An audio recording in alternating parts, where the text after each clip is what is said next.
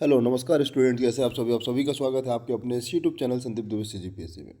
देखिए 25 फरवरी को एग्ज़ाम होना है छत्तीसगढ़ विपणन बोर्ड मंडी, जिसमें सहायक संचालक और सहायक वरिष्ठ और कनिष्ठ अधिकारी के लिए सेकेंड क्लास से थर्ड क्लास ऑफिसर है। अच्छा रैंकिंग पोस्ट है, 30 पोस्ट है। ठीक है, बाकी आप कैटेगरी वाइज एक बार देखिएगा, एक बार इसके सिलेबस को देखेंगे और कोशिश करेंगे इसके अधिनियम को जो पार्ट है, जिसमें कुल मिला के 14 अध्याय और 82 धारा।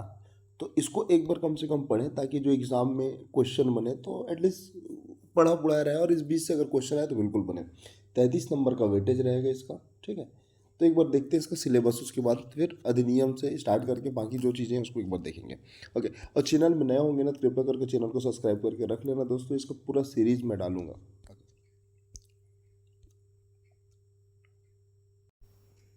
और एक चीज़ ना, PSC 11 फरवरी को PSC के एग्ज़ाम है, तो उसके लिए भी आपको अच्छे से प्रिपेयर रहना है। एकदम पॉजिटिव अप्रोच के साथ एग्ज़ाम में बैठना है। जो चीज़ें आप पढ़ लिए होंगे उसको एक बार कृपया करके रिवीजन करें, बार बार चीज़ों को रिकॉल करें, नया चीज़ ऐड ऑन मत करें। फिलहाल हम लोग देखते हैं कृषि विपणन मंडी बोर्ड में जो व्यापम एग्ज़ाम लेने वाला है 25 फरवरी को, उसमें सिलेबस क्या है, और स्पेशली इस अधिनियम जो 1972 में है उसमें कौन कौन सा सिलेबस और कितने नंबर का आएगा। तो सबसे पहले ध्यान रखना, इसमें सबसे जो महत्वपूर्ण भाग है 10 नंबर का गणित आने वाला है, जिसमें आपको ये सारे टॉपिक्स दिख जाएंगे ना, जिस मैथ्स का जितना भी सिलेबस कॉमनली होता है वो सब सारे चीज़ आपको दिख जाएंगे। उसके बाद रहेगा 10 नंबर का पार्ट है आपका इकोनॉमिक्स से, इंडियन इकोनॉमिक, ध्यान रखना, जिसमें आपको छत्तीसगढ़ के इकोनॉमिक सर्वे से भी क्वेश्चंस बनेंगे, करेंट अफेयर से भी क्वेश्चंस बनेंगे इसी के अंदर ना। और जो स्टैटिक पार्ट है इकोनॉमिक्स का इंडिया, उसमें से 10 नंबर का। उसके बाद भारतीय कृषि से 10 नंबर का क्वेश्चन आएगा। ठीक है, तो भारतीय कृषि में क्या है, जो सिलेबस सामान्यता होता है, इसमें थोड़ा एक चीज़ है कि कृषि उपज मंडी, जैसे अपेडा के बारे में आपको देखना पड़ेगा, मार्कफेड का है, ई नेम क्या होता है जो आप छत्तीसगढ़ में पढ़े, CACP, तो इसको भी एक बार देखेंगे। लेकिन पहले तो हम लोग अधिनियम की एक्ट के पार्ट को कंप्लीट करेंगे। ठीक है, तो ये सारी चीज़ें हैं, इसको आपको देखना होगा। और उसके बाद आएगा 17 नंबर का CGGS। तो अच्छा खासा वेटेज है, चूँकि आप अगर अभी तैयारी कर रहे होंगे PSC का, तो आपको इसको इस यहाँ पर कवर करने में दिक्कत होगा नहीं। और उसके बाद अगर मैं बात करूँ, ठीक है, उसके बाद अगर मैं बात करूँ तो इसमें होगा साइंस एंड टेक्नोलॉजी। मतलब आप PCB कॉमनली जो क्वेश्चंस बनते हैं इजी लेवल के, 10वीं 10th या 12th लेवल के, वो वाले क्वेश्चंस रहेंगे, 10 क्वेश्चन रहेंगे, और रहेगा 10 नंबर का करंट अफेयर। तो कुल मिला के अगर मैं बात करूँ, अच्छा फाइनली ना याद रखना ये चीज़ को तो आपको देखना ही है, इसमें जो अधिनियम का पार्ट है जिसमें 33 प्रश्न आएंगे, 33 अंक के। ठीक है, तो इसमें कृषि उपज मंडी अधिनियम 1972 से लगभग 33 प्रश्न आएंगे, और जो जो उसमें अपडेट हुआ उसको भी पूछेगा। तो कुल मिलाकर अगर मैं बात करूँ, मैथ्स का 10 नंबर, ठीक, उसके बाद इंडियन इकोनॉमिक्स का 10 नंबर, ठीक है, इंडियन भूगोल, इंडियन जियोग्राफी का 10 नंबर, 10 नंबर के रहेंगे आपके करेंट अफेयर 10 नंबर। ओके, और 10 नंबर का होगा आपका साइंस एंड टेक्नोलॉजी 10 नंबर। और जो CGGS है, CGGS कंप्लीट ना, ये 17 नंबर का होगा, और अधिनियम का पार्ट रहेगा वो 33 नंबर का। तो इस प्रकार 100 नंबर का क्वेश्चन पेपर होगा 30 पोस्ट के लिए। तो आपको तो अच्छा खासा स्कोर करना पड़ेगा ना, मैं मानता हूँ 80+। और सबसे स्कोरिंग वाला पार्ट क्या होगा आपका, अधिनियम का। ठीक है, करे वैसे तो कटअप 75 to 80 ही जाता है, आप देख लीजिए, तो ये सफिशिएंट नंबर होगा 100 नंबर में। आपको यहाँ पर आपको ध्यान देना पड़ेगा, पढ़ना पड़ेगा, बाकी चीज़ों को भी करना है, बट ये वाला आपको महत्वपूर्ण है। ठीक है, तो सीधा हम लोग अधिनियम के ऊपर चलते हैं, देखते हैं क्या क्या है, एक बार ओवरव्यू देखते हैं, फिर धीरे धीरे इसको कंप्लीट करने का प्रयास करेंगे। ठीक है दोस्तों, स्टार्ट करते हैं। देखिए, कृषि उपज मंडी अधिनियम 1972, ये मेरे ना हैंड रिटन नोट्स है, जिसको मैंने बहुत मेहनत करके बनाया है। 100% यहाँ से जितने भी प्रश्न रहेंगे इसी नोट्स से आपको देखने मिलेंगे। 100 नहीं, 80 to 90% आप देख लीजिएगा। ठीक है, तो इसको कृपया करके रिकॉल करना। और इसका मैं PDF टेलीग्राम में डालूंगा, डिस्क्रिप्शन में लिंक दूंगा, तो कृपया करके टेलीग्राम चैनल को ज्वाइन कर लेना और यहाँ से इसका PDF प्राप्त कर लेना। देखो, सबसे पहले अगर मैं बात करूँ कि जो कृषि उपज मंडी अधिनियम 1972 है, वो इंट्रोड्यूस कब हुआ, कब लागू हुआ, कितने धारे थे, तो याद रखना इसमें कुल मिला के 14 अध्याय है।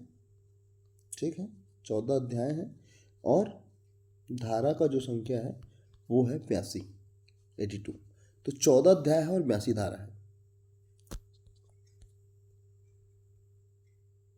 ठीक, क्या ध्यान रखेंगे?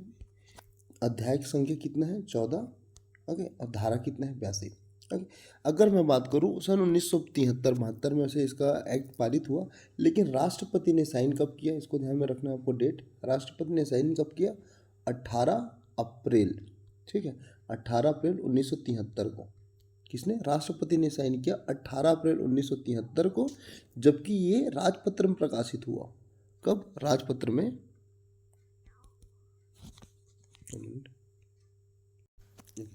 ये वाला इसको ध्यान रखना। राष्ट्रपति साइन कब करते हैं? 18 अप्रैल को। ठीक, और जो राजपत्र में प्रकाशित होने का तिथि है 9 दिन बाद, मतलब 27 अप्रैल को ये राजपत्र में प्रकाशित होता है 1973 में ना। ये चीज़ें इंडियन लेवल में है। अगर छत्तीसगढ़ के परिप्रेक्ष्य में इसको देखते हैं तो देखो, छत्तीसगढ़ में राजपत्र में प्रकाशित कब होता है? 20 तारीख को, 20 दिसंबर को। ठीक है, सन 2000। और लागू कब से हो जाता है? जब ये हमारा छत्तीसगढ़ का निर्माण होता है 1 नवंबर को। ओके, तो निर्माण होने के दिन से ये लागू हो गया, लेकिन राजपत्र में प्रकाशित होता है 20 दिसंबर को। तो ये दोनों डेट को आपको एकदम अच्छे से ध्यान रखना है, इसको नोट डाउन करके रखना है और चीज़ों को आपको रिकॉल करना है। अच्छा, इसमें कुछ सुधार भी किए गए थे ना, तो इसका जो छत्तीसगढ़ में जो इसका सुधार करने का जो तिथि था वो था 16 दिसंबर को। 16 दिसंबर में सुधार किया गया। कुछ जो अब अपडेट करना था इसमें, छत्तीसगढ़ के परिप्रेक्ष्य में कुछ डालना था, तो 16 तारीख को और 20 तारीख को इसका प्रकाशन किया गया। तो ये सारी चीज़ें हैं, आपको ध्यान में रखना है। तो अगर एक कीवर्ड में मैं बात करूँ तो कुल अध्याय कितना हो गया? 14। धारा कितना हो गया? 82, मतलब 82, है ना। छत्तीसगढ़ के राजपत्र में प्रकाशित कब हुआ? प्रकाशित छत्तीसगढ़ के परिप्रेक्ष्य में बात करूँ तो 20 दिसंबर को, और लागू तो 1 नवंबर से हो चुका था, और अधिनियम लागू हुआ 1 नवंबर को। तो ये सारी डेट आपको ध्यान में रखना है। ठीक, अब देखिए, कोई भी हम लोग अधिनियम पढ़ते हैं तो सबसे पहले उसमें क्या देखते हैं?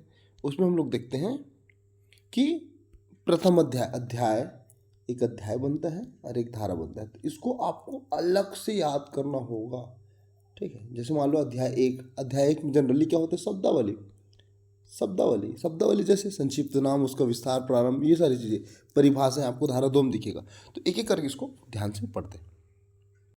ठीक है, अब स्टार्ट करते हैं हम लोग अधिनियम के कुछ महत्वपूर्ण चीज़ों को।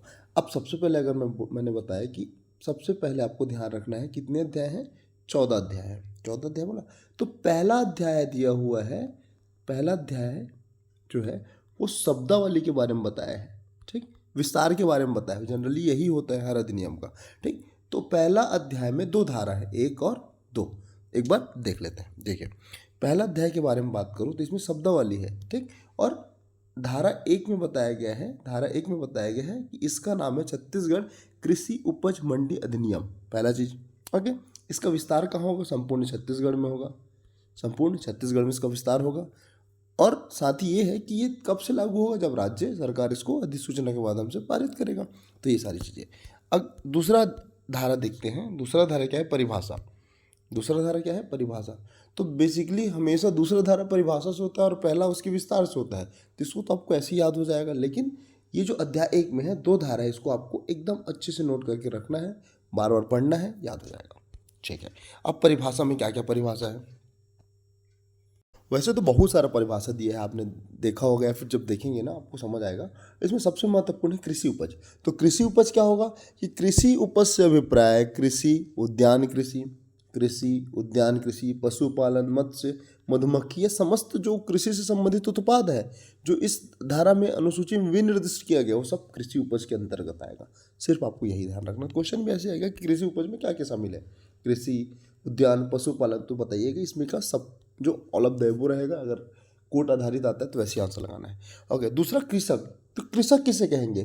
तो कृषक से अभिप्राय ऐसे व्यक्ति से है, ठीक है, जिनका जो स्वयं कृषि करे, स्वयं श्रम करे, कृषि करे, ठीक, या उनकी पत्नी या वो उनका पति श्रम करे, ओके, या व्यक्तिगत पर्यवेक्षण या अपने कुटुंब किसी एक सदस्य जो ऊपर विनिर्दिष्ट हो। मतलब अगर पति या पत्नी में से कोई एक भी अगर श्रम करता है तो वो कृषक कहलाएंगे।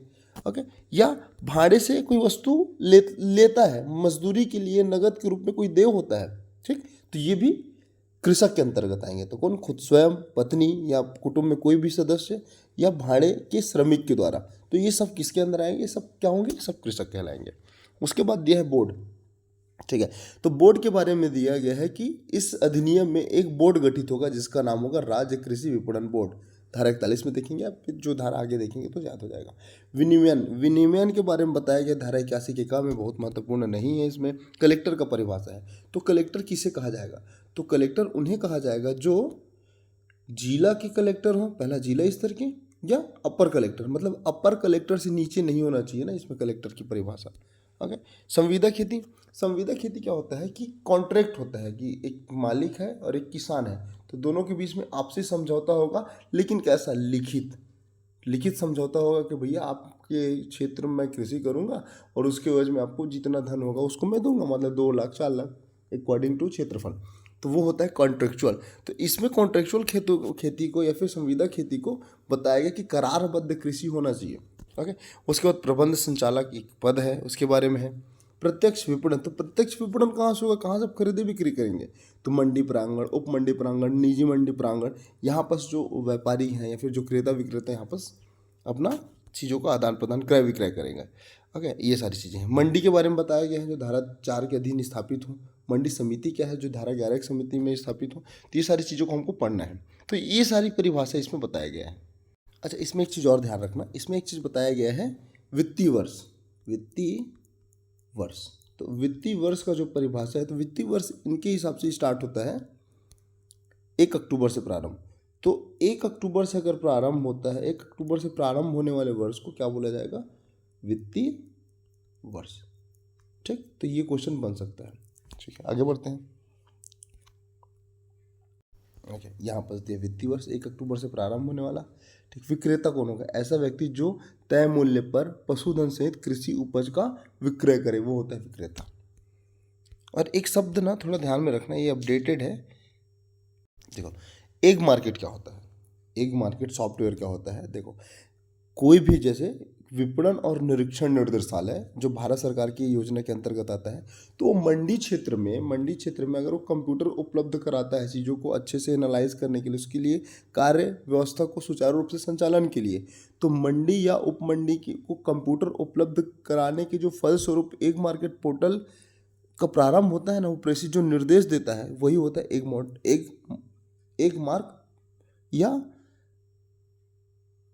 मार्क नेट, मतलब एग मार्क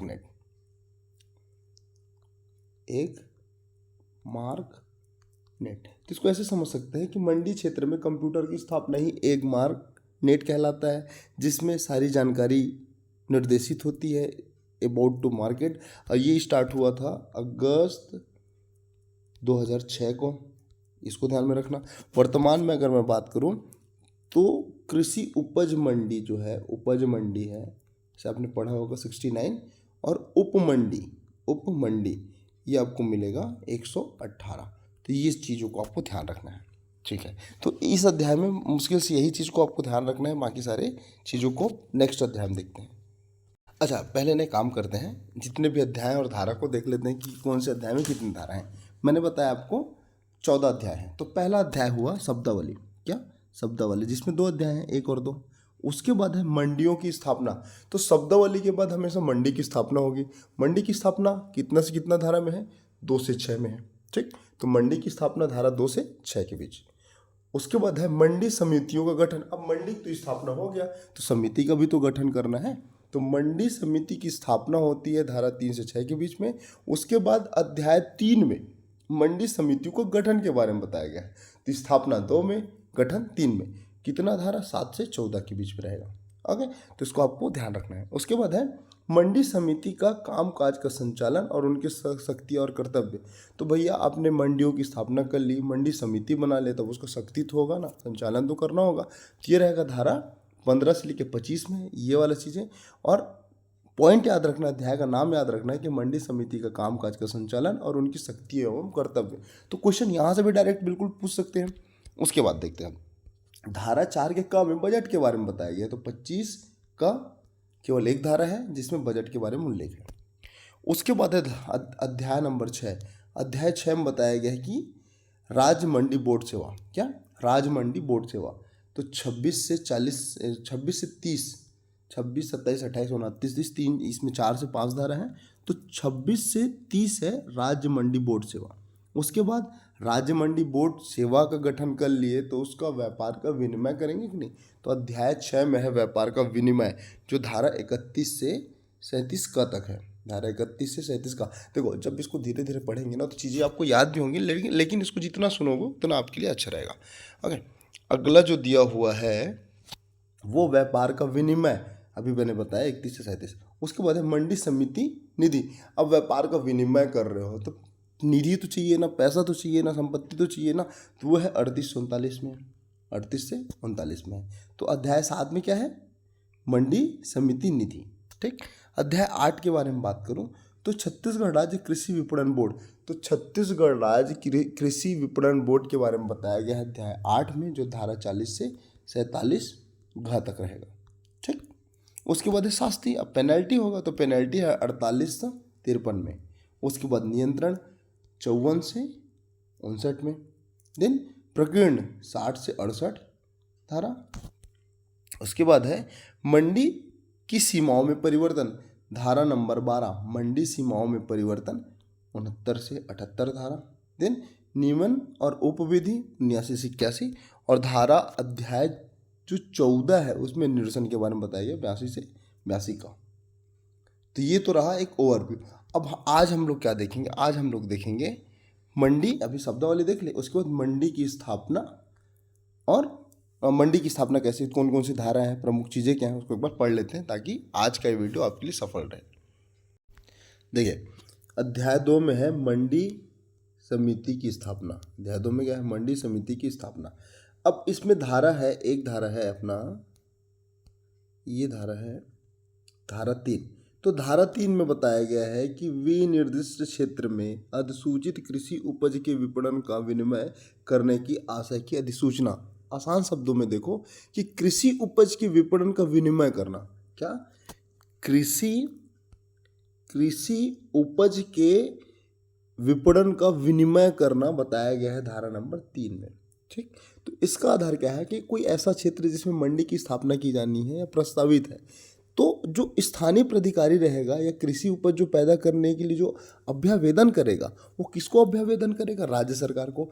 तो ऐसा क्षेत्र जिसके लिए मंडी की स्थापना की जाना प्रस्तावित हो, भाई आपको मंडी स्थापना करना होगा ना, तो कोई क्षेत्र के बारे में बताया गया है, किसके अधिसूचना जारी करने से होगा, राज्य सरकार के। ठीक, सुझाव या जो आपत्ति होगा उसका भी निराकरण कौन करेगा, राज्य सरकार।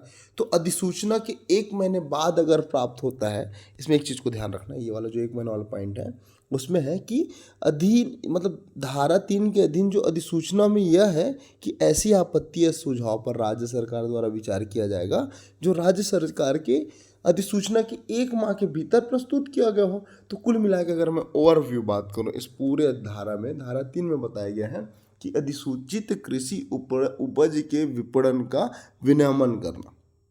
ठीक, तो उसके लिए अधिसूचना जारी करना इसमें बताया गया धारा 3 में। तो आपको ये पॉइंट को थोड़ा बार बार पढ़ना है तो याद हो जाएगा। क्या पढ़ना है, कृषि उपज के विपणन पर विनिमय करने के आशय से अधिसूचना जारी करना किसका काम है, राज्य सरकार का। तो ये सारी चीज़ें हैं, तो धारा नंबर 3 में इतना ही देखना है। उसके बाद धारा नंबर 4 के बारे में बात करूँ, धारा नंबर 4, तो भाई अपने कृषि उपज का विपणन का विनिमय कर लिया धारा नंबर 3 में, तो धारा नंबर 4 में है कि मंडी की स्थापना। तो मंडी की स्थापना करना है और जो अधिसूचित कृषि उपज उसका विपणन का विनिमय करना, बेचना है उसको। तो मंडी की स्थापना किसमें, धारा नंबर 4 में। ठीक, और उसमें जो अधिसूचित कृषि उपज है उसका विपणन करना, तो ये वाला फैक्ट को याद रखना है आपको, मंडी की स्थापना धारा नंबर 4। तो देखना, अगर मान लो आपको मंडी स्थापित करना है तो मंडी की स्थापना क्यों होगा, कोई भी अधिसूचित कृषि उपज है कुछ भी ना, उसको बेचना है तो आपको एक निश्चित स्थान चाहिए, तो उसके लिए मंडी की स्थापना तो करना पड़ेगा। तो मंडी की स्थापना के बारे में बताया गया धारा नंबर 4 में। इसमें पूरा इस अधिनियम के, मतलब इस धारा में आपको सिर्फ इतना ही याद रखना है कि कोई भी जो कृषि उपज है ना, उसका अगर सेल करना है, उसको बेचना है, फिर उसके लिए कोई स्थान चाहिए, तो उसी को बोलते हैं मंडी की स्थापना। यहाँ तक समझे, तो इसमें यही चीज़ आपको ध्यान में रखना है। उसके बाद बात करूँ, धारा नंबर 5 बताता है कि मंडी प्रांगण क्या है, मूल मंडी प्रांगण क्या है, क्या बोला, मार्केट यार्ड या मार्केट प्रॉपर। तो मंडी प्रांगण या मूल मंडी प्रांगण के बारे में बताया गया धारा नंबर 8 में। ठीक। तो धारा नंबर 5 में बताया गया है मंडी, प्रांगण और मूल मंडी। देखना, प्रत्येक मंडी, ठीक, प्रत्येक मंडी क्षेत्र में एक मूल मंडी, एक मंडी प्रांगण होगा, या एक से अधिक उप मंडी प्रांगण होगा, या एक से अधिक टर्मिनल मार्केट कॉम्प्लेक्स होगा। तो मंडी क्षेत्र किसको बोलेंगे? जहाँ पास मंडी प्रांगण हो सकता है, उप मंडी प्रांगण हो सकता है, टर्मिनल मार्केट प्रांगण हो सकता है, तो इसको क्या बोलेंगे हम लोग? मंडी। ठीक। और मंडी प्रांगण, ये तो मंडी क्षेत्र रहा। ठीक, मंडी क्षेत्र क्या रहा? एक मंडी प्रांगण, या एक से अधिक उप मंडी प्रांगण, या एक से अधिक टर्मिनल मार्केट कॉम्प्लेक्स ले सकते हैं। और प्रत्येक मंडी प्रांगण हेतु एक मूल मंडी प्रांगण होगा, ये बताया गया है इस धारा नंबर 5 में। ठीक है। अब एक मोटा मोटा डेफिनेशन समझे तो इस प्रकार से इसको समझ सकते हैं कि किसी विनिर्दिष्ट स्थान को जिसके अंतर्गत मंडी क्षेत्र की कोई संरचना, चाहे वो संरचना आहत हो, खुला स्थान हो, परिक्षेत्र हो, यथास्थिति मंडी प्रांगण या उप मंडी प्रांगण घोषित कर सकते हैं। मतलब कोई भी क्षेत्र को मंडी प्रांगण या उप मंडी प्रांगण घोषित कर सकते हैं। इस चीज़ के बारे में बताया गया है धारा नंबर 5 में। ठीक, तो इसको आपको एक बार अच्छे से पढ़ना है, सुनना है और ध्यान रखना है। ठीक। उसके बाद धारा नंबर 6, तो धारा नंबर 6 में बताया गया है कि जो अधिसूचित कृषि उपज के विपणन का नियंत्रण करना। सबसे पहले आपने क्या किया? सबसे पहले आपने किया कि कृषि उपज के विपणन का विनिमय करने का आशय दिया धारा नंबर 3 में। धारा नंबर 4 में क्या किया? मंडी की स्थापना करी। धारा नंबर 5 में क्या किया? मंडी प्रांगण और मूल मंडी के बारे में बात किया। लेकिन धारा नंबर 6 बोलता है कि अधिसूचित जो कृषि उपज है उसका विपणन, उसका नियंत्रण तो करना पड़ेगा ना। तो ये बताया गया है धारा नंबर 6 में। इसके कुछ महत्वपूर्ण बिंदु क्या है उसको भी देखते हैं। देखिए, इसमें कुछ चीज़ों के बारे में बात करते हैं। देखो, अधिसूचित कृषि उपज के लिए ना, ये जो मंडी विपणन का नियंत्रण है ना, वो ना तो निर्माण करेगा, ना स्थापना करेगा, ना चालू रखेगा, ना उपयोग करेगा। निर्माण के लिए उसका अनुज्ञा लेगा। मतलब कुल मिला के इसमें बोला गया है कि कोई भी स्थानीय प्राधिकारी होता है ना, जो उसका स्थानीय प्राधिकरण है, ठीक, जो अंतर्विष्ट किसी बात के होते हुए भी किसी मंडी के किसी स्थान को अधिसूचित कृषि उपज के लिए विपणन कब तक नहीं कर, क्या क्या नहीं कर सकता? कृषि उपज का विपणन क्या क्या नहीं कर सकता? न तो निर्माण करेगा वहाँ, न स्थापना करेगा, न चालू रखेगा, न उपयोग में लाएगा, न उसका निर्माण के लिए कुछ और अवज्ञा देगा, न उसकी स्थापना, कुछ भी नहीं कर सकता। ठीक। तो ऐसे क्षेत्र के बारे में इसमें बताया गया है कि ऐसे चीज़ों के बारे में अधिसूचित कृषि उपज मंडी के बारे में बताया गया। ठीक है। विपणन कैसे नियंत्रण होगा, साथ ही ये बताया गया है कि मंडी क्षेत्र में किसी स्थान को अधिसूचित कृषि उपज के विपणन के लिए उपयोग में नहीं लाया जा सकता बिना अवज्ञा के। ठीक।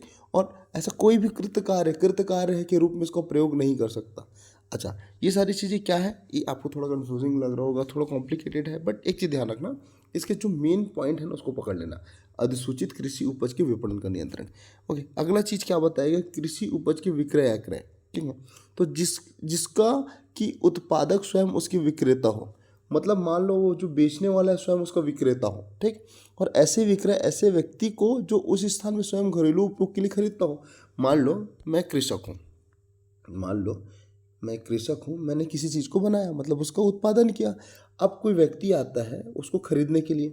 ठीक, उसको खरीदने के लिए आया, तो उसको खरीदता कितना खरीद सकता है? तो ये खरीद सकता है मात्र 4 क्विंटल। तो 4 क्विंटल से अधिक नहीं खरीद सकता। इसमें बताया गया है कि ऐसी कृषि उपज का विक्रय कैसे होता है। ठीक, एक चीज़। दूसरा, इसमें बताया जो सिर पर रख कर लाए गए हो, ये भी क्रय विक्रय होगा, उसी की श्रेणी में आएगा। या जिसका क्रय या विक्रय किसी छोटे व्यापारी द्वारा किया जाता हो।